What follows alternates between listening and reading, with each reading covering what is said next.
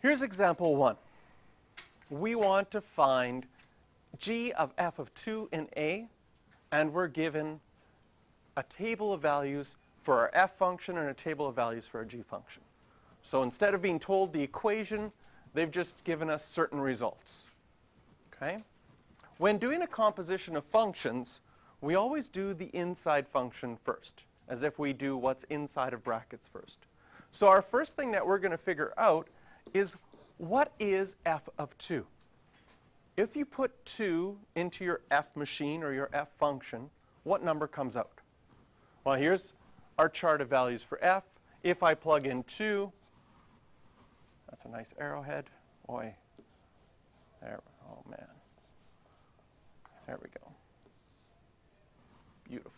If I plug in a 2, out would come a 0. So I can replace f of 2 is really asking, what's the y value when x is 2? It's 0. And then g of 0, well, now it's saying, if you plug in a 0 for x into your g machine or your g function, what value comes out? Nicer arrowhead and everything. Out would come a 1. So we can say that g of f of 2 is equal to 1.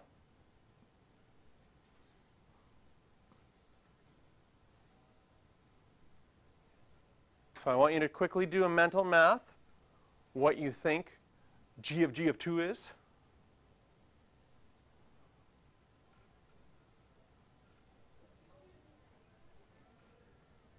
Okay. And did you get, first of all, that g of 2 was negative 1? And then g of negative 1 was equal to 2.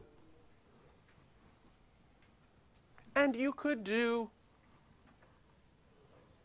even longer ones. You could, you could do g of g of g of g of g of f of 0 if you wanted to.